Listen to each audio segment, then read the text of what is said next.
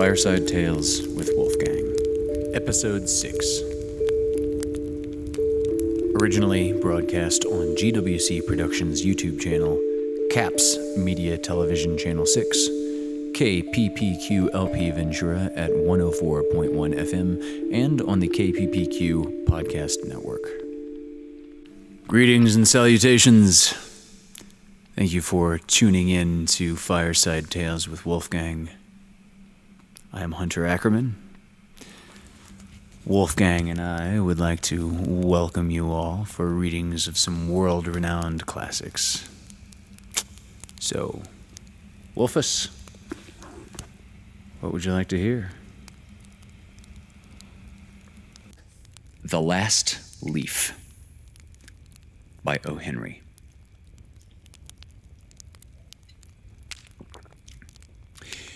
In a small part of the city, west of Washington Square, the streets have gone wild. They turn in different directions. They're broken into small pieces called places. One street goes across itself one or two times. A painter once discovered something possible and valuable about this street. Suppose a painter had some painting materials for which he had not paid. Suppose he had no money. Suppose a man came to get the money. The man might walk down the street and suddenly meet himself coming back without having received a cent. This part of the city is called Greenwich Village. And to old Greenwich Village, the painters soon came. Here, they found rooms they like, with good light, and at a low cost.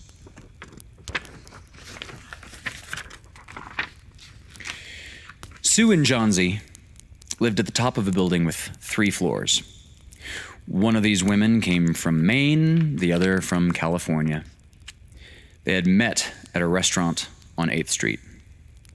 There they discovered that they liked the same kind of art, the same kind of food, the same kind of clothes. So they decided to live and work together.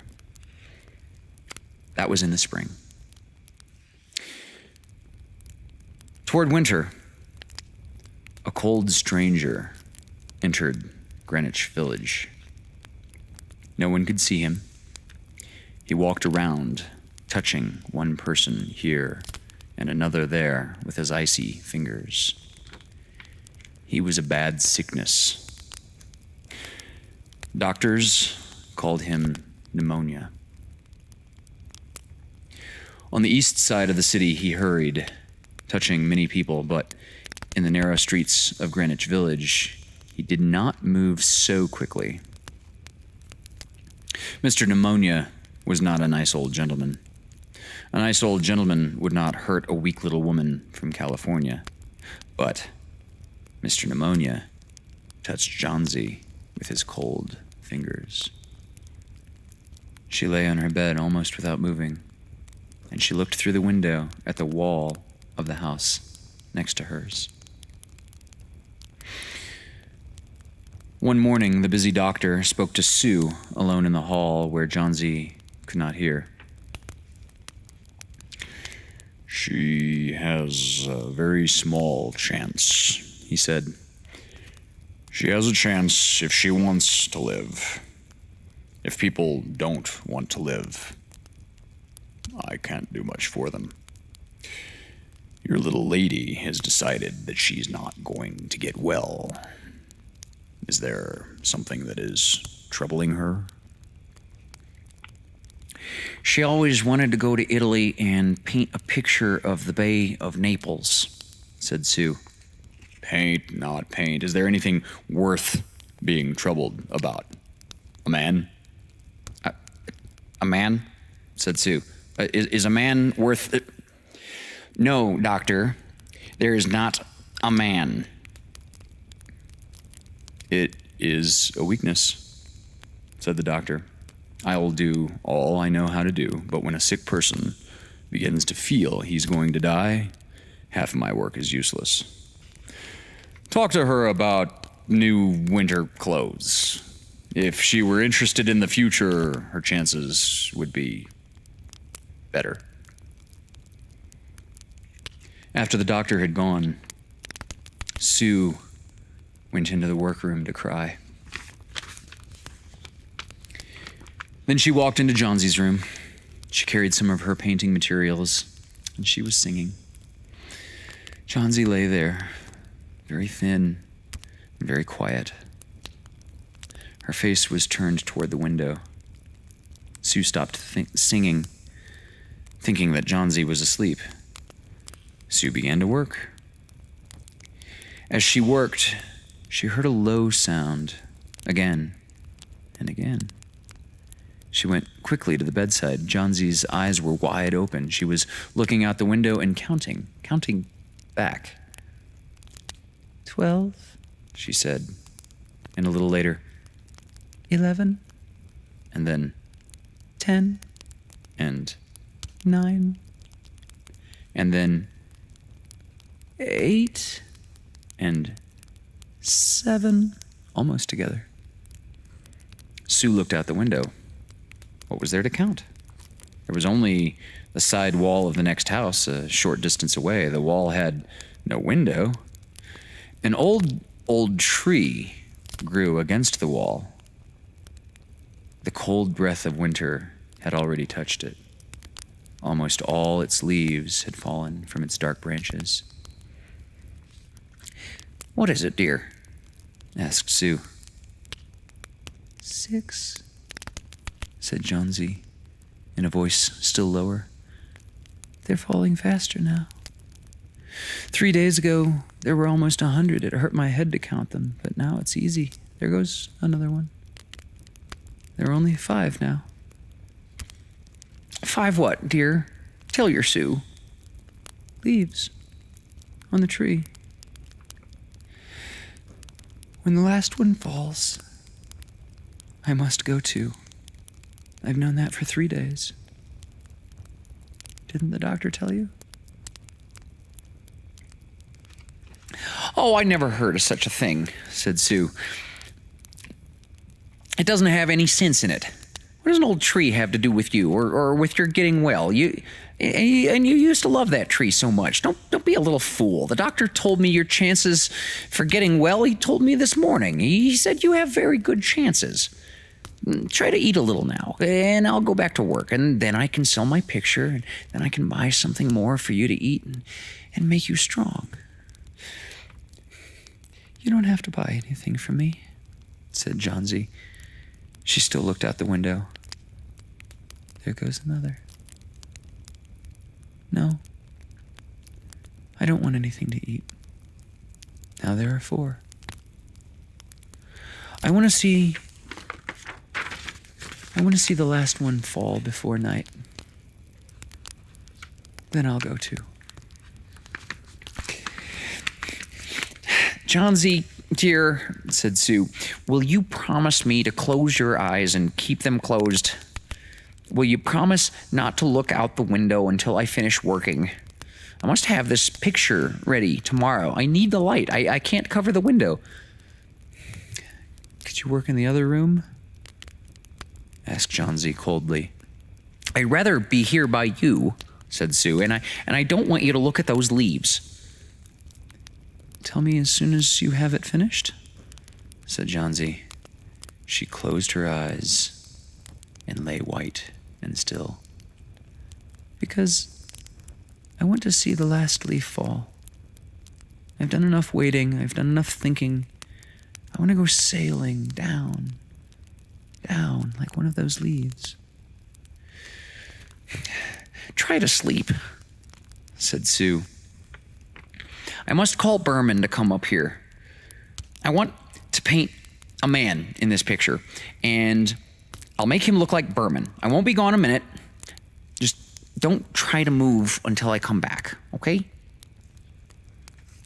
Old Berman was a painter who lived on the first floor of their house. He was past 60.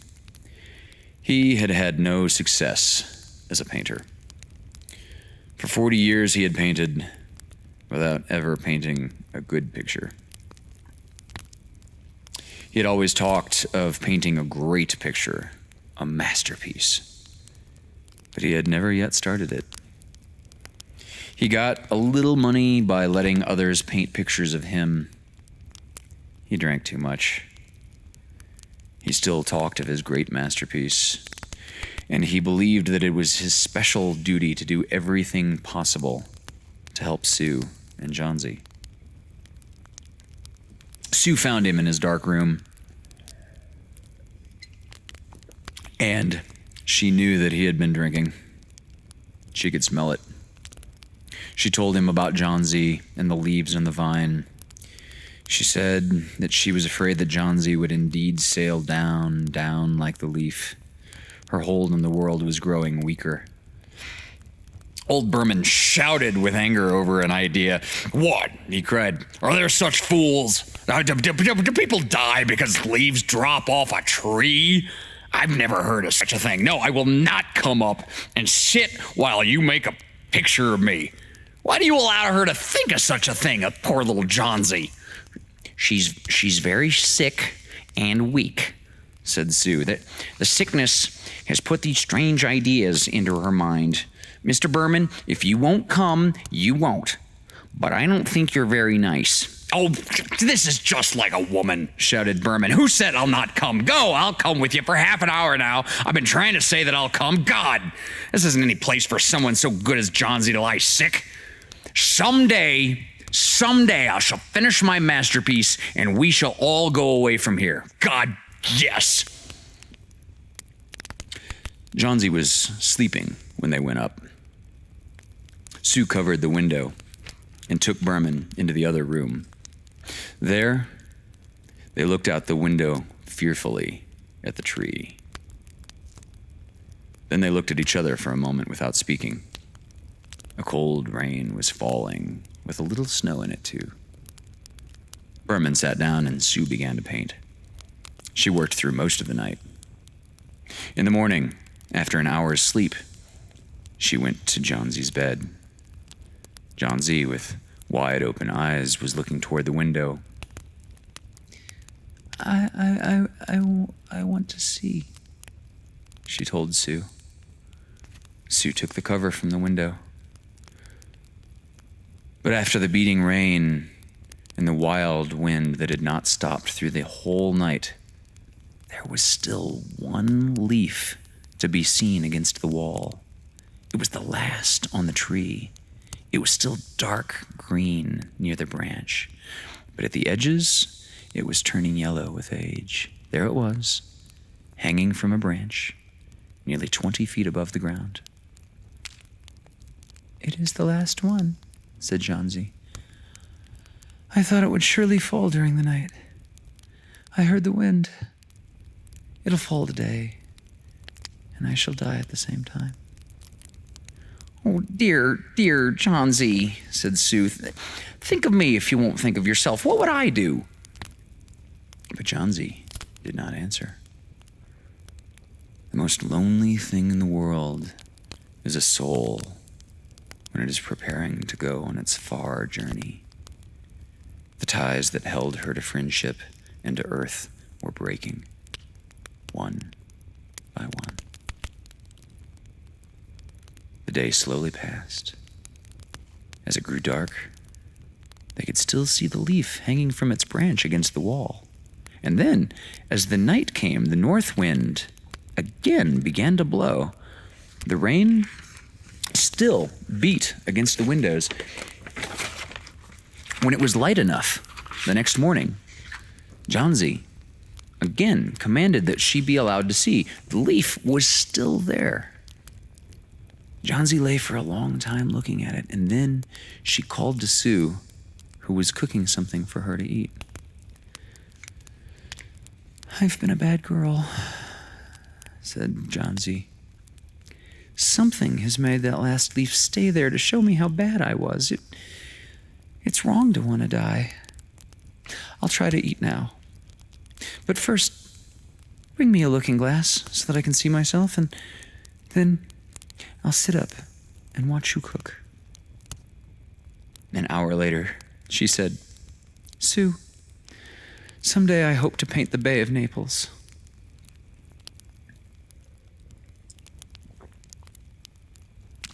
The doctor came in the afternoon. Sue followed him into the hall outside Johnsey's room to talk to him.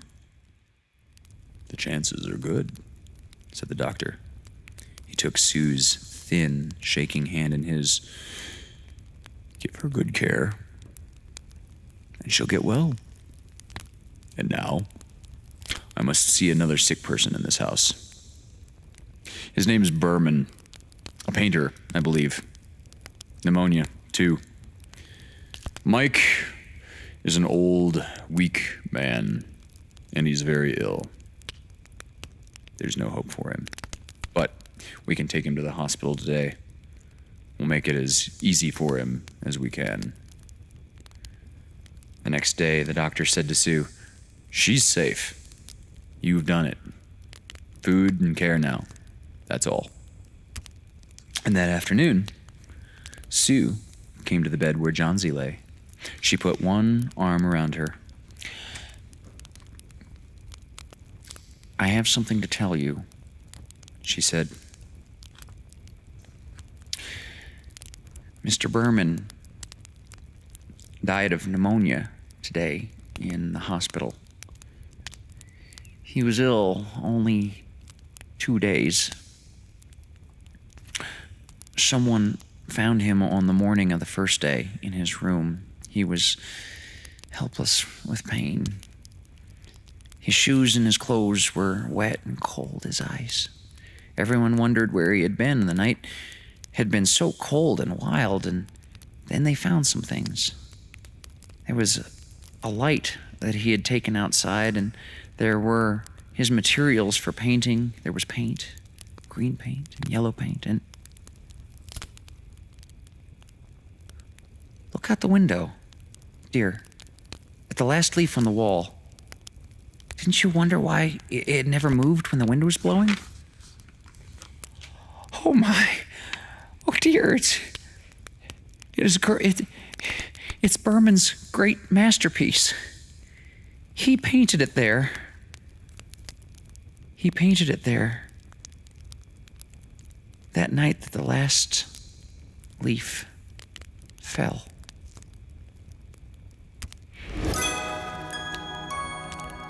This is Ode to a Grecian Urn by John Keats.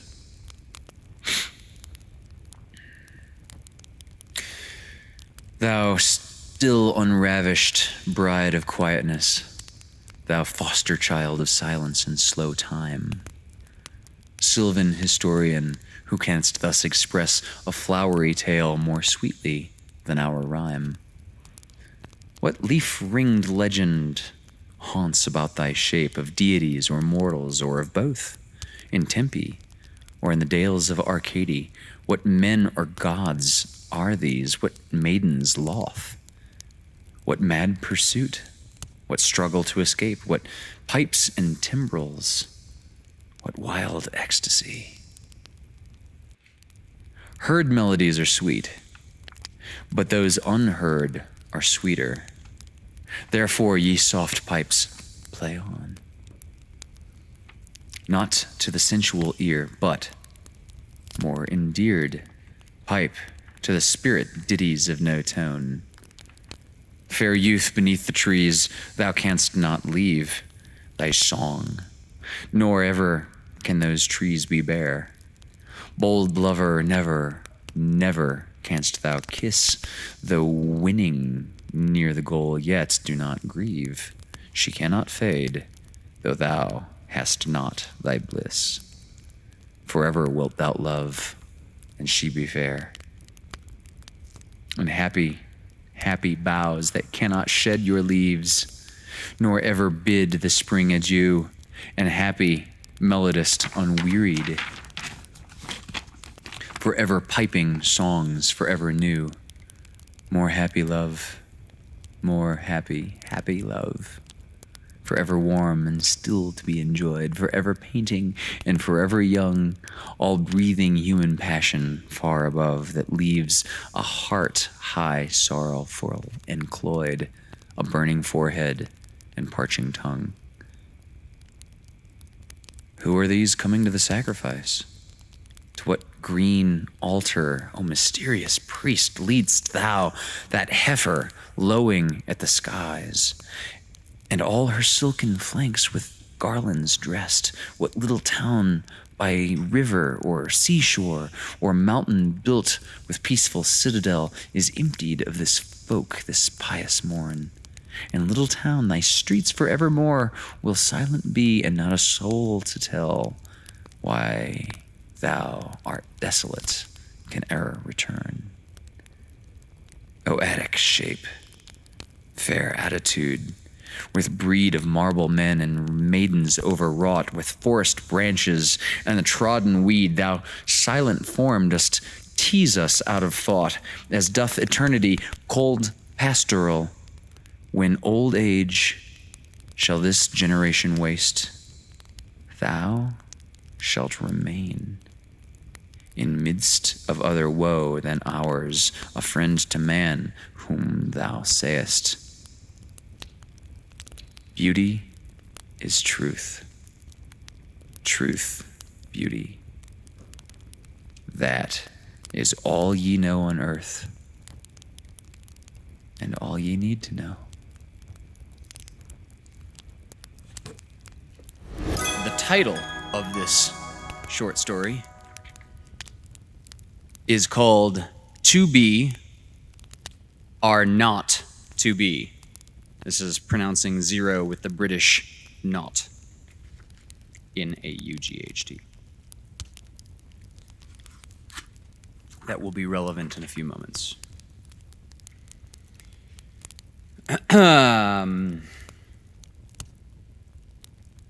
This was first published in 1962, so that is also relevant. So that was, what, 58 years ago?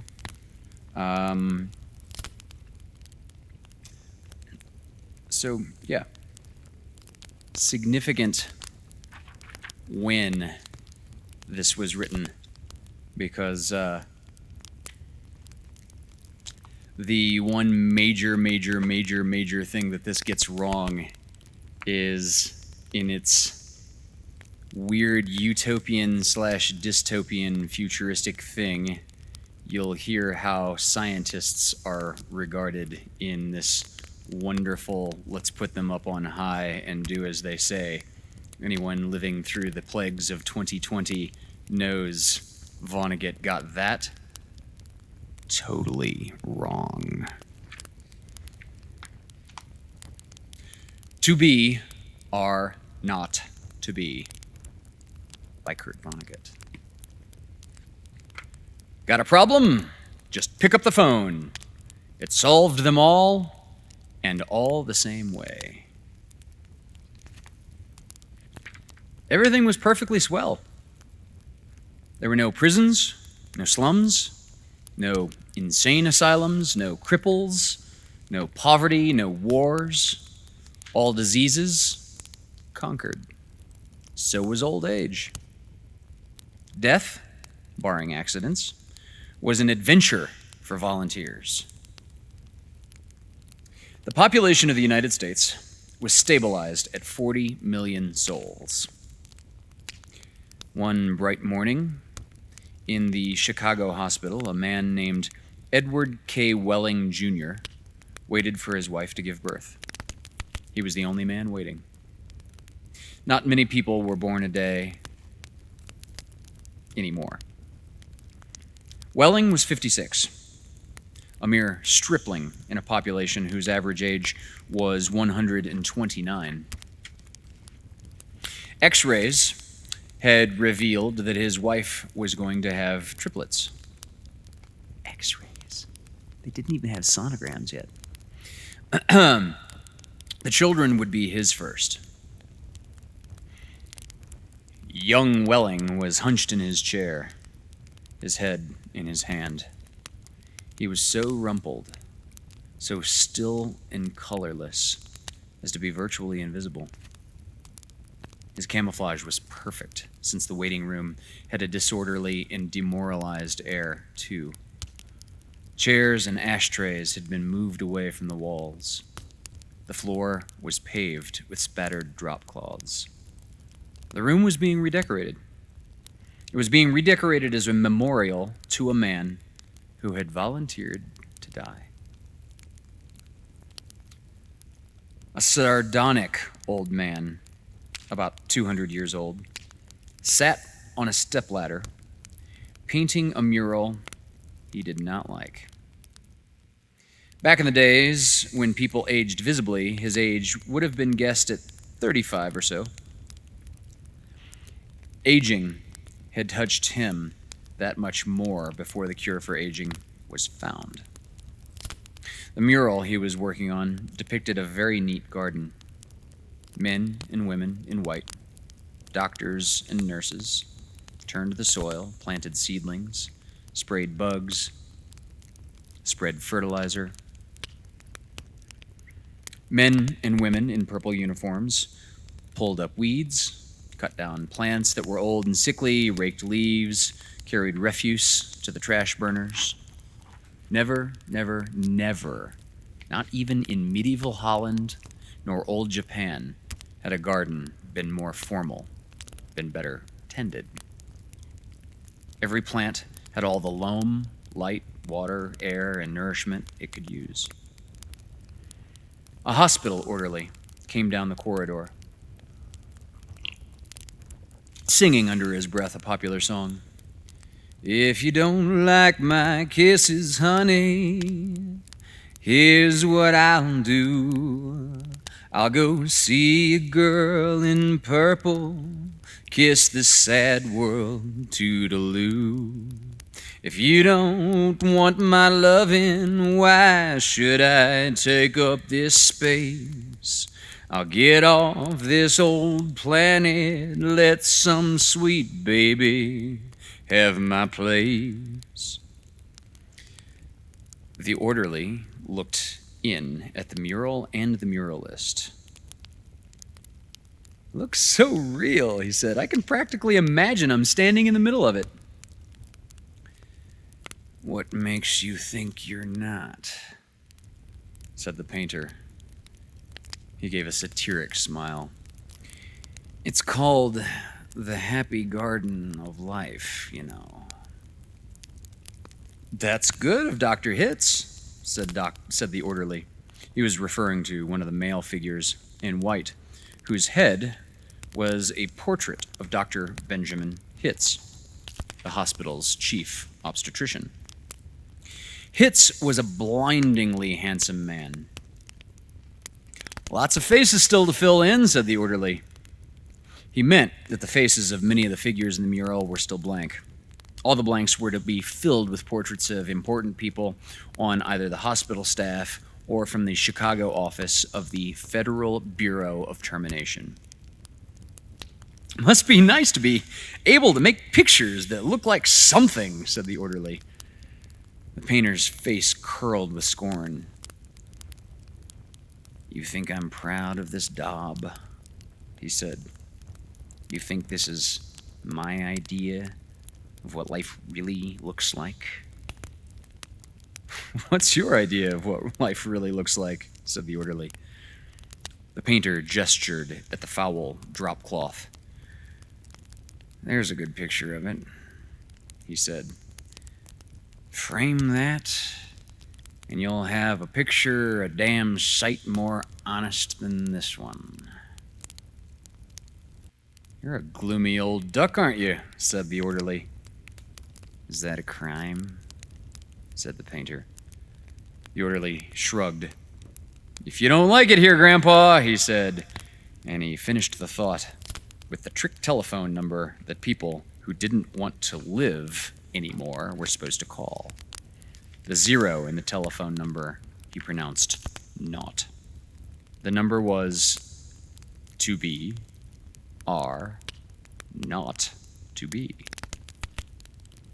It was the telephone number of an institution whose fanciful sobriquets included Automat, Birdland, Cannery, Catbox Delouser, Easy Go, Goodbye Mother, Happy Hooligan, Kiss Me Quick, Lucky Pierre, Sheep Dip, Warring Blender, Weep No More, and Why Worry?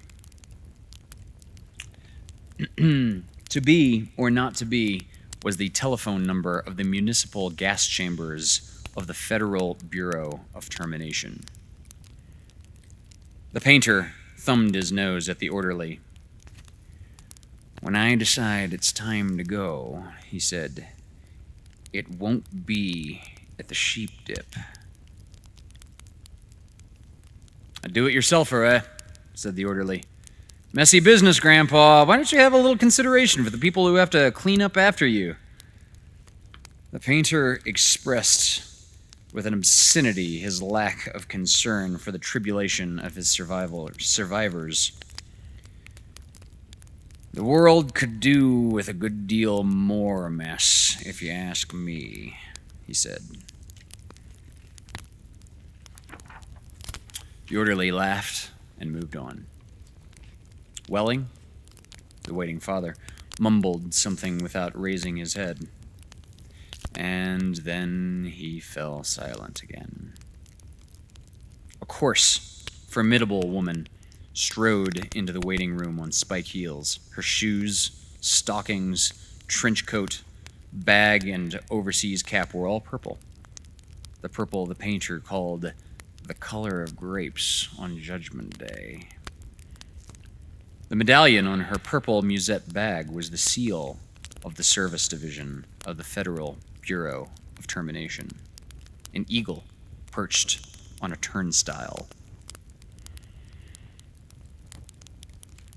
The woman had a lot of facial hair, an unmistakable mustache, in fact.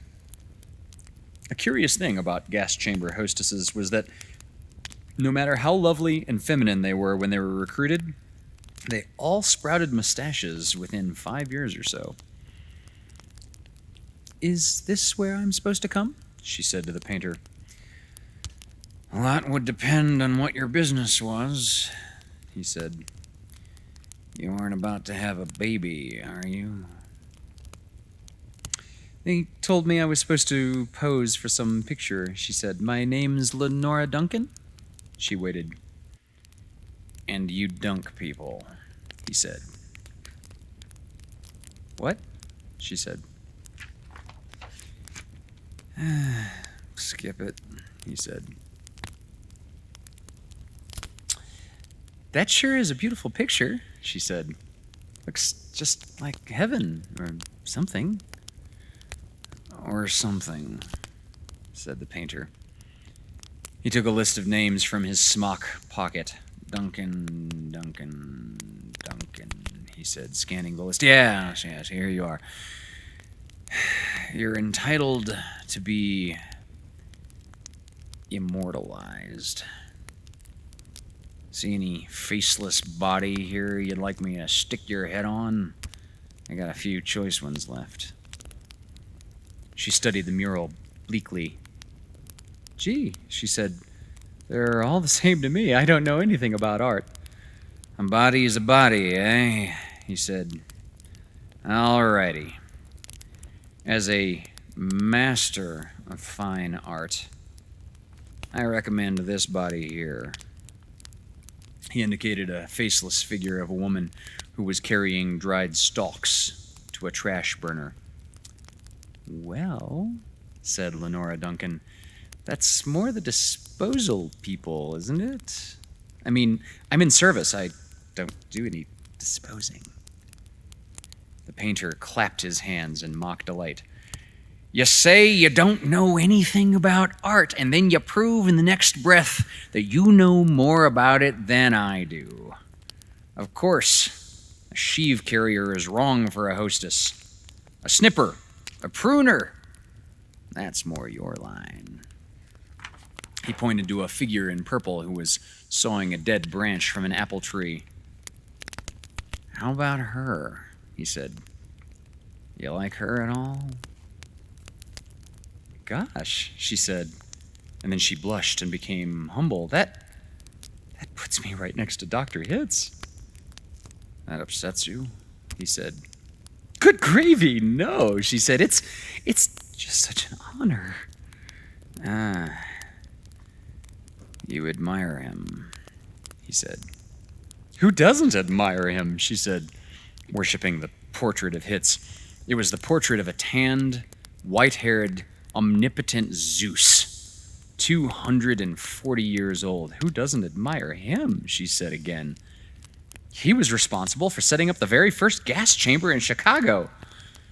Nothing would please me more, said the painter, than to put you next to him for all time. Sawing off a limb. That strikes you as appropriate? It's kind of like what I do, she said. She was demure about what she did. What she did was make people comfortable while she killed them. And while Lenora Duncan was posing for her portrait, into the waiting room bounded Dr. Hitz himself.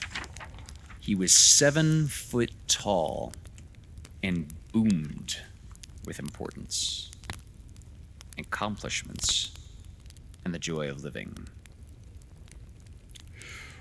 Well, Miss Duncan, he said, and made a joke. What are you doing here? He said. This isn't where the people leave. This is where they come in. We're going to be in the same picture together, she said shyly. Good, said Dr. Hitz heartily. And say, isn't that some picture? I sure am honored to be in it with you, she said. Let me tell you, he said, I'm honored to be in it with you. Without women like you, this wonderful world we've got wouldn't be possible. He saluted her and moved toward the door that led to the delivery rooms. Guess what was just born, he said. I can't, she said. Triplets, he said. Triplets, she said. She was exclaiming over the legal implication of triplets.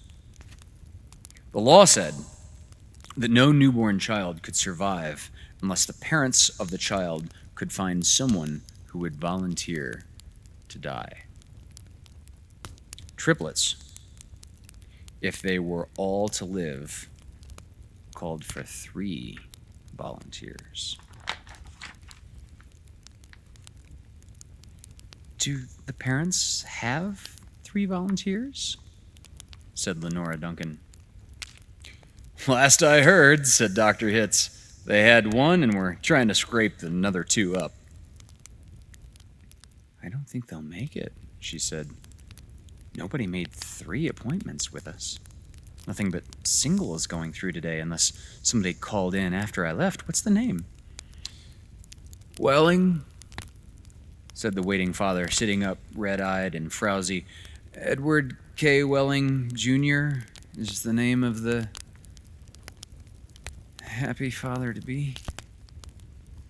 He raised his right hand, looked at the spot on the wall, gave a hoarsely wretched chuckle. Present, he said. Oh, Mr. Welling, said Dr. Hitz. I didn't see you, the invisible man, said Dr. Welling. They just phoned me that your triplets have been born, said Dr. Hitz. They're all fine, and so is the mother. I'm on my way in to see them now. Hooray, said Welling emptily. You don't sound very happy, said Dr. Hitz. What man in my shoes wouldn't be happy, said Welling. He gestured with his hands to symbolize carefree simplicity. All I have to do is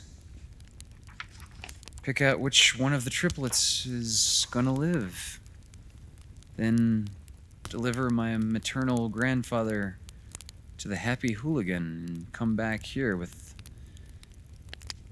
a receipt. Dr. Hitz became rather severe with Welling, towered over him. "You don't believe in population control, Mr. Welling," he said. "I think it's perfectly keen," said Welling, tautly. "Would you like to go back to the old days when the population of the Earth was 20 billion, about to become 40 billion, then 80 billion, then 160 billion? Do you know what a druplet is, Mr. Welling?" said Hitz. "No," said Welling, sulkily. "A druplet, Mr. Welling, is one of those little knobs, one of the little pulpy grains of a blackberry," said Dr. Hitz. "Without population control, human beings would now be packed on the surface of this old planet like druplets on a blackberry. Think of it." Welling continued to stare at the same spot on the wall. "In the year 2000, said Dr. Hitz, "before scientists stepped in and laid down the law, there wasn't even enough drinking water to go around and nothing to eat but seaweed. And still, people insisted on their rights to reproduce like jackrabbits. And their right, if possible, to live forever." "I want those kids," said Welling, quietly. "I want all three of them." "Of course you do," said Dr. Hitz. "That's only human." "I don't want my grandfather to die, either," said Welling. "Nobody's really happy about taking a close relative to the cat box," said Dr. Hitz, gently, sympathetically. "I wish people wouldn't call it that," said Lenora Duncan. "What?" said Dr. Hitz. "I wish people wouldn't call it the cat box and things like that," she said. It gives the wrong impression." "You're absolutely right," said Dr. Hitz. "Forgive me," he corrected himself. Gave the municipal gas chambers their official title, a title no one ever used in conversation. "I should have said Ethical Suicide Studios," he said. "That sounds so much better," said Lenora Duncan.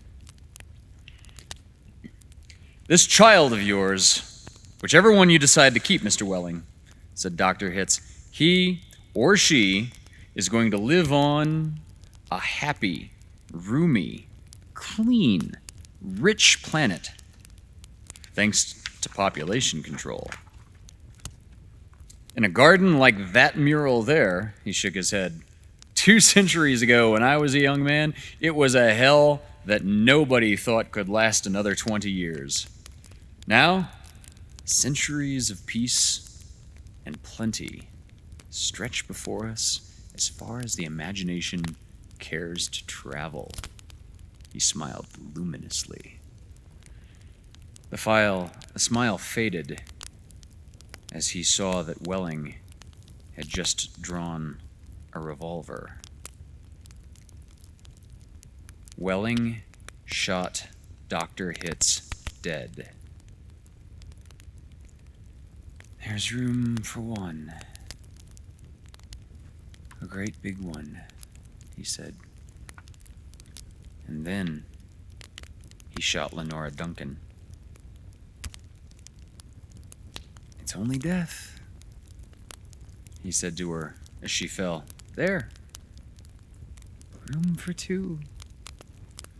And then he shot himself, making room for all 3 of his children. Nobody came running. Nobody, seemingly, heard the shots. The painter sat on the top of his stepladder, looking down reflectively on the sorry scene. The painter pondered the mournful puzzle of life, demanding to be born, and, once born, demanding to be fruitful, to multiply, and to live as long as possible, to do all that on a very small planet that would have to last forever. All the answers that the painter could think of were grim. Even grimmer, surely, than a cat box, a happy hooligan, and easy go. He thought of war. He thought of plague. He thought of starvation. He knew that he would never paint again. He let his paintbrush fall to the drop cloths below. And then he decided he had had about enough of life in the happy garden of life, too. And he came slowly down from the ladder. He took Welling's pistol, really intending to shoot himself. But he didn't have the nerve. And then he saw the telephone booth in the corner of the room. He went to it, dialed the well-remembered number 2B R not 2B. Federal Bureau of Termination, said the very warm voice of a hostess. How soon could I get an appointment? He asked, speaking very carefully. We could probably fit you in late this afternoon, sir, she said. It might be even earlier if we get a cancellation. All right, said the painter. Fit me in, if you please.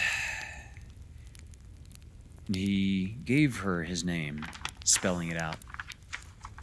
Thank you, sir, said the hostess. Your city thanks you. Your country thanks you. Your planet thanks you. But the deepest thanks of all is from future generations.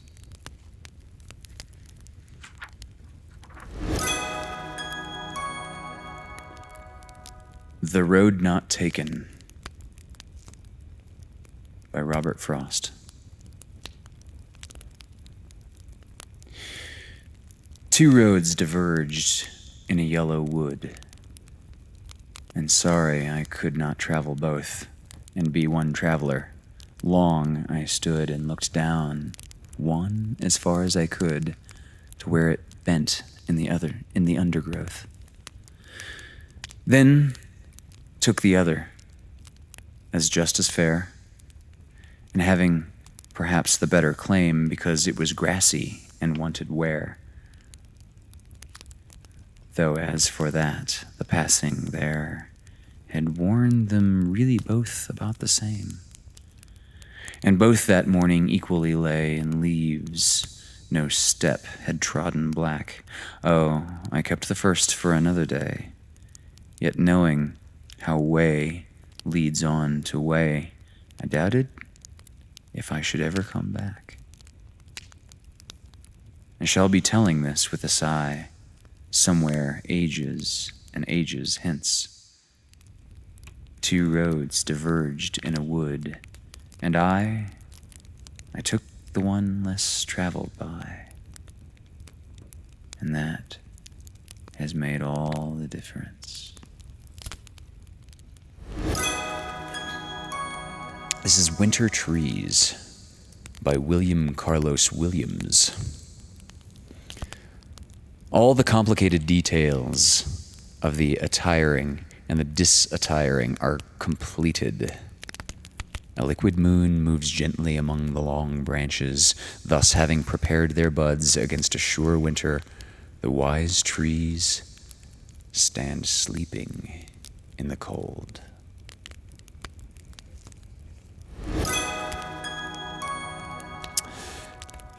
This is The Story of an Hour by Kate Chopin.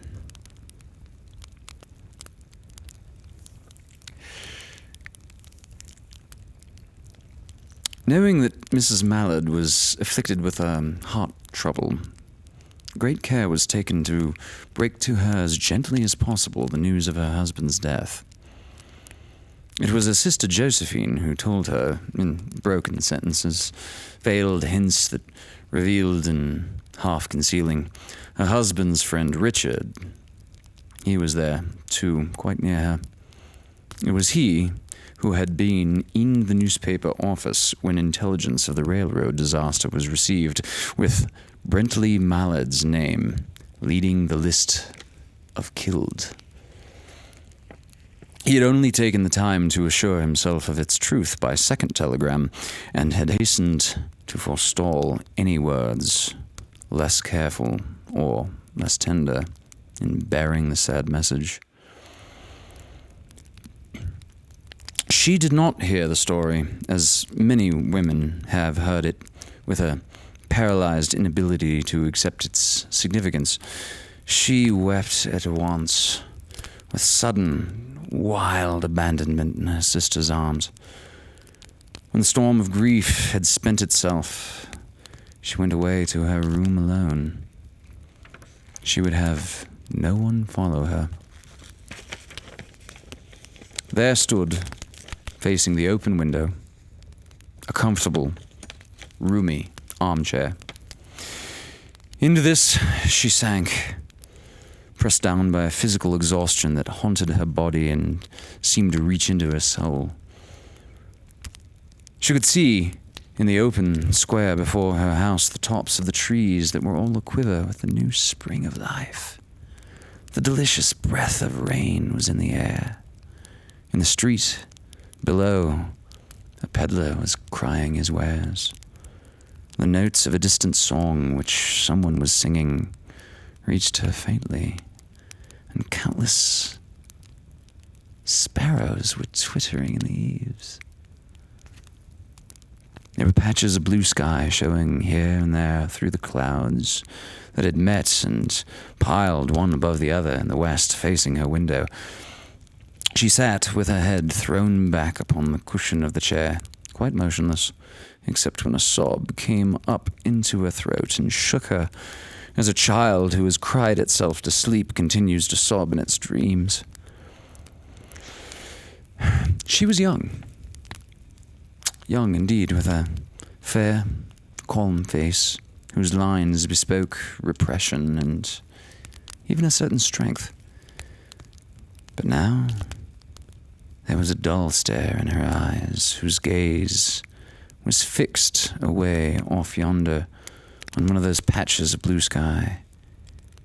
It was not a glance of reflection, but rather indicated a suspension of intelligent thought. There was something coming to her, and she was waiting for it, fearfully. What was it? She did not know. It was too subtle and elusive to name, but she felt it, creeping out of the sky, reaching toward her through the sounds, the scents, the color that filled the air. Now her bosom rose and fell tumultuously. She was beginning to recognize this thing that was approaching to possess her, and she was striving to beat it back with her will, as powerless as her two white, slender hands would have been. When she abandoned herself, a little whispered word escaped her slightly parted lips. She said it over and over under her new breath. Free. Free.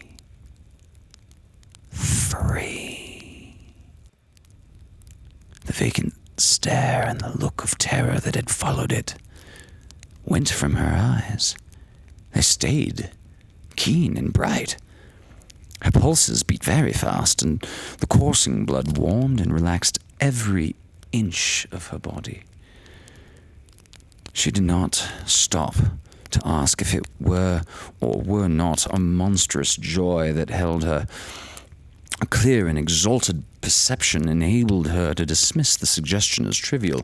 She knew that she would weep again when she saw the kind, tender hands folded in death, the face that had never looked save with love upon hers, fixed, Grey, cold, and dead.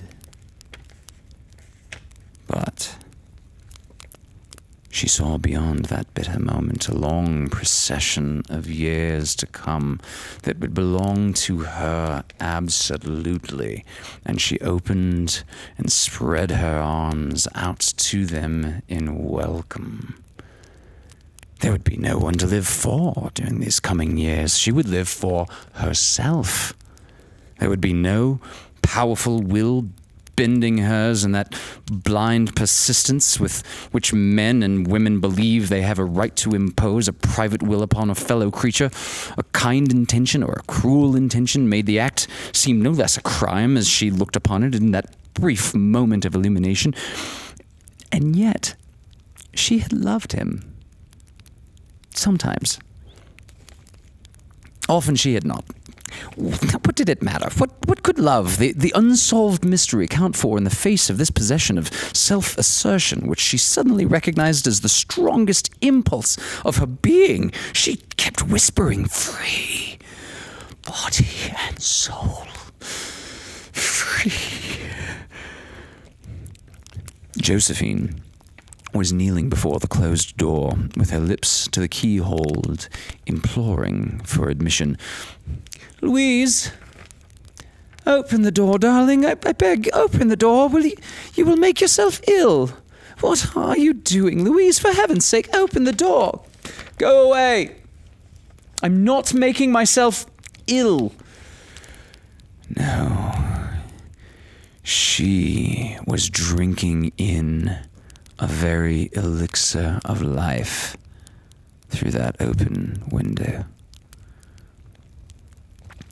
Her fancy was running riot along those days ahead of her, spring days and summer days and all sorts of days that would be her own. She breathed a quick prayer that life might be long. It was only yesterday that she thought with a shudder that life might be long. She arose at length and opened the door to her sister's importunities. There was a feverish triumph in her eyes, and she carried herself unwittingly like a goddess of victory. She clasped her sister's waist, and together they descended the stairs. Richards stood waiting for them at the bottom. Someone was opening the front door with a latchkey. It was Brentley Mallard who entered, a little travel-stained, composedly carrying his suitcase and umbrella. He had been far from the scene of the accident and did not even know there had been one. He stood amazed at Josephine's piercing cry and Richard's quick motion to screen him from the view of his wife. When the doctors came, they said she had died of heart disease. The joy that kills. Thank you for joining us for this episode of Fireside Tales with Wolfgang. To view more of my work, check out my YouTube channel at Hunter's Acoustic Cabin. Directed by Hunter Ackerman. Endorsed by Wolfgang Beastly. Produced by GWC Productions. Originally broadcast on GWC Productions' YouTube channel, CAPS Media Television Channel 6, KPPQ LP Ventura at 104.1 FM, and on the KPPQ Podcast Network.